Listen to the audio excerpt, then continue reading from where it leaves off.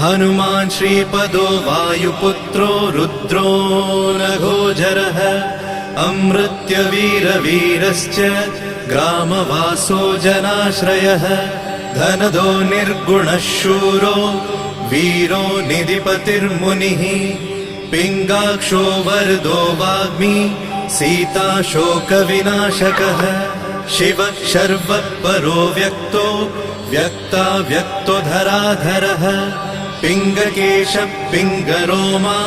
श्रुतिगम्यः सनातनः अनादिर्भगवान् देवो विश्वहेतुर्जनाश्रयः आरोग्यकर्ता विश्वेशो विश्वनाथो हरीश्वरः भर्गो रामो रामभक्तः कल्याणप्रकृतिस्थिरः विश्वम्भरो विश्वमूर्तिर्विश्वाकारश्च विश्वपः